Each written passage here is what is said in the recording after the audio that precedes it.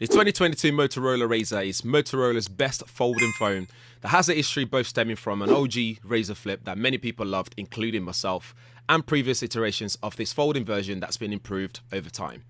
The 2022 Razr is fully capable and has all the flagship features and specs that makes it one to consider if you want something that's different and exciting.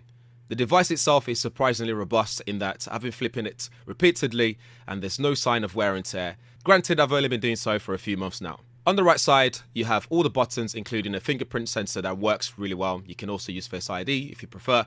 And on the back is a dual camera setup with a 50 megapixel primary camera and a 13 megapixel 120 degree ultra wide angle camera. And the primary snapper has OIS and f1.8 aperture. The back of the phone, towards the bottom half, you have this rough finish that enhances the grip, and up top you have a glass surface with a second external 2.7 inches 573 by 800 pixel AMOLED display.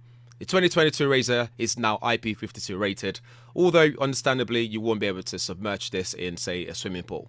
More on the display. The main is a 6.7 inch AMOLED display that supports up to 144Hz and HDR10+, which is noticeably different and better when scrolling, watching YouTube videos and playing Call of Duty, for example. The colors are just vibrant and the brightness level are just perfect and great in my opinion. The crease in the middle is obviously the elephant in the room, but Motorola has managed to keep it really minimum so you don't really notice it, and when compared to the Z Flip 4 you can really tell how much better it is in comparison. The Flip 4 is also stiffer when compared to the Razr, and the Razr still doesn't compromise when it comes to placing it in different angle that you prefer to have it in. Comparing it to the Z Flip 4, it's wider and the front display is actually usable for things like camera, music player, YouTube, emails, and you can even play games on it, although I probably wouldn't do that on a regular basis. You can also modify its settings in many ways, including changing the watch face you have on it, although you can't have a video background, for example. The glass itself that it's covered in is easily scratchable, so as you can see on mine, it's already scratching some area, so I'd advise using the case that it comes with to keep it nice and clean for longer. On the inside, the Razr is running on Android 12 with the possibility of upgrading to Android 13 in the future, and you only get 1 year of OS upgrade promise, which might put some of you off. You do get some quirky Motorola features like Moto Actions, and you can extend your phone display to your laptop or an actual monitor using the Ready For feature. You can also have two apps running one above the other in a split mode, which is also great for multitasking, especially fully utilizing that folded feature when you fold it slightly. All this amazing features and software performance is powered by Qualcomm's Snapdragon 8 Plus Gen 1. Combine this with 8GB of RAM with RAM boost feature for even more fluidity. It just works really well. It's nice and fluid, it's snappy, and it's just great. It's a pleasure to use. It's also future-proofed with 5G, Wi-Fi 6E for better bandwidth and better speeds, and Bluetooth 5.2. Qualcomm's powerful processor also means you get HD audio, so if you have a compatible pair of Bluetooth headphones, you can pair them up and enjoy a better immersive experience. You also get access to Dolby Atmos. The 2022 Razr also has an improved 3500 mAh battery, which I find lasts me the whole day with peace of mind and a fast 30 watts charging experience, which means I can quickly top this up when I do need to charge it again.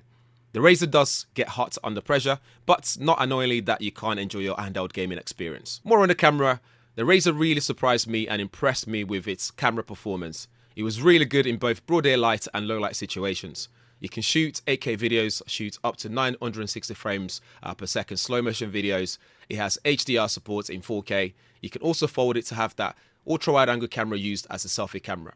Where it does really disappoint though is that ultra wide angle performance, because shots looks a bit washed out and it doesn't retain enough detail. The front facing camera often makes me with a darker skin, makes me look pale, which again just means it's not accurate for skin tones like the likes of a Pixel 7 Pro. As for telephotos, don't even bother. It's not the best at all. It just looks like it was shot on a potato. Overall, at £949 at a point of this review, it's still quite expensive if you think about it, although it's not priced to compete in a flagship space, and rightfully so. It has a powerful processor with a snappy experience. The displays are great and useful on the front as well.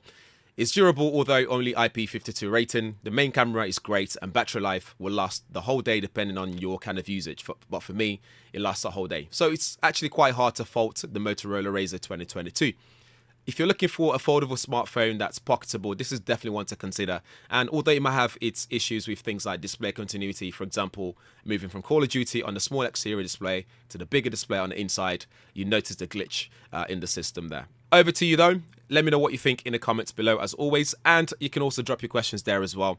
If this is your first time around here, please do subscribe, hit that bell notification so you get notified every time I upload a new video up on the channel. And if you haven't checked out the rest of the channel, plenty of videos on there to check out as well. Thanks for watching. I'll see you in the next one.